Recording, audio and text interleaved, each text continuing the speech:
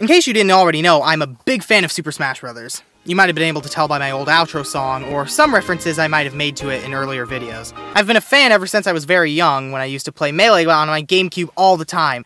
I wasn't very good at it, but loved playing with my friends and family. I then begged my father to get me Brawl, and he eventually cracked, and I had as much fun with that game as I did Melee. It took a long time, but I felt like I was finally starting to get better at the game. And right around this time, my cousins introduced me to the competitive side of things. Every Thanksgiving, it was a tradition that all of the cousins would duke it out in Melee to see who's the best.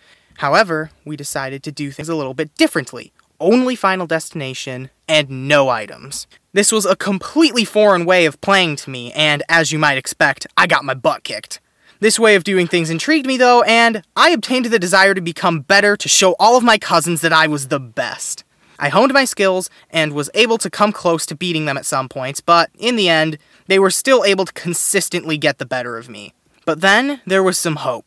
A new Smash game was coming out, and I thought that if my cousins and I all started on an even playing field, I would be able to master the game before them and finally be the best. However, there was one big issue. None of us owned a Wii U. There was a 3DS version, but nobody would want to play that. I thought that I would eventually get a Wii U so I could finally best everybody in Smash 4, but that never happened. So I was left to play on the 3DS by myself. But in this time, I watched more competitive Smash, I learned new techniques, and I'd become a much better Smash player.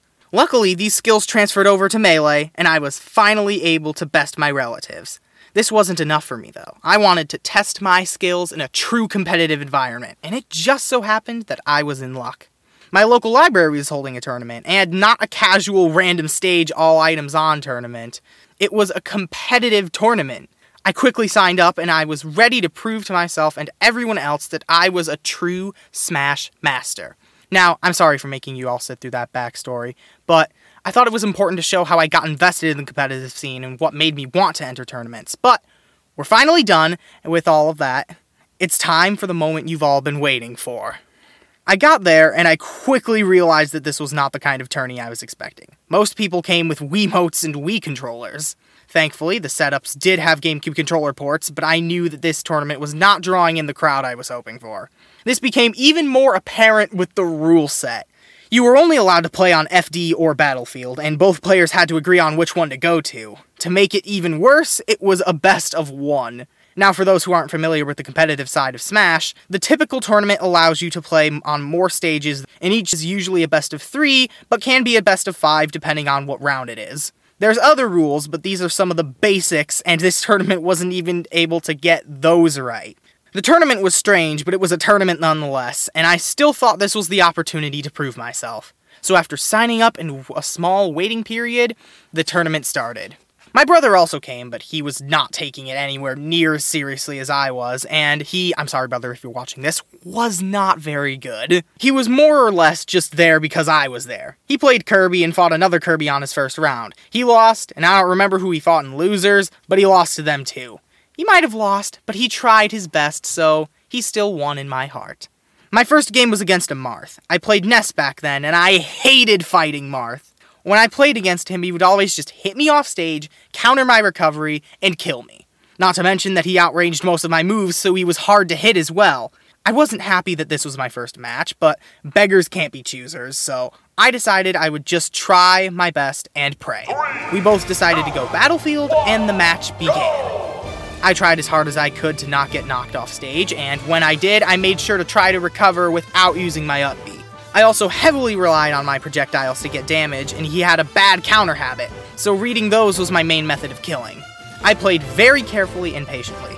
It was a long and grueling match, and it came very close, but in the end, I won. In the second round, there was another Ness player.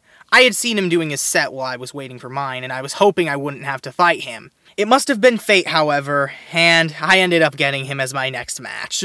He wanted to go FD, and I didn't have any objections, so the match started.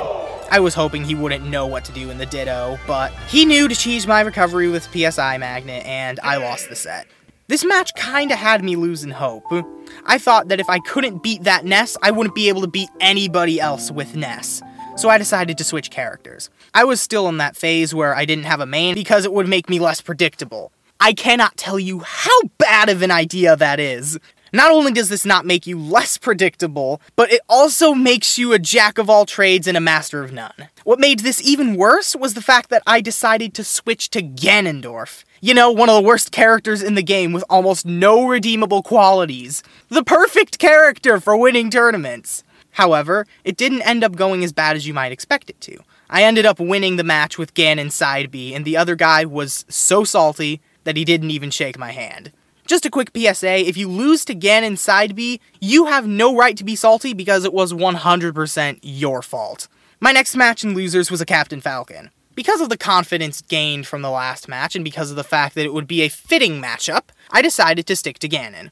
Another quick PSA, unless you're a top player and you are confident enough that you will win, do not pick your character because of theatrics. Anyway, we went to FD, and soon after the match started, I realized that this would be my last. I was getting completely decimated, and before you know it, I had already lost to a Falcon up tilt spike, getting destroyed in a stylish fashion. My run was over. Even though I lost, I left feeling fulfilled. I was 100% expecting to lose instantly and go 0-2, but I was actually able to go even, much better than I could have ever hoped for. I felt motivated to keep learning and training so that maybe one day I could go to another tournament and show just how far I had come. Now we're in the days of Smash Ultimate, and I feel like I've gotten pretty good over the years. I'm no top level player or anything, and I still have a very long way to go, but I've made significant progress and I'm only getting better. Hopefully, I'll be able to attend another tournament run day, and I might make another video about it, but I think there's a few things to learn here. First, everyone starts somewhere, whether it's on Elite Smash or a weird small tournament at your local library. Second, there's nothing you can't achieve without hard work and effort. I never dreamed of even going to any kind of tournament, let alone going even. Keep working hard, keep trying, and if you see Marilleep winning EVO Grand Finals one day, you must have traveled to a parallel universe because that's almost certainly never going to happen. I can dream, though.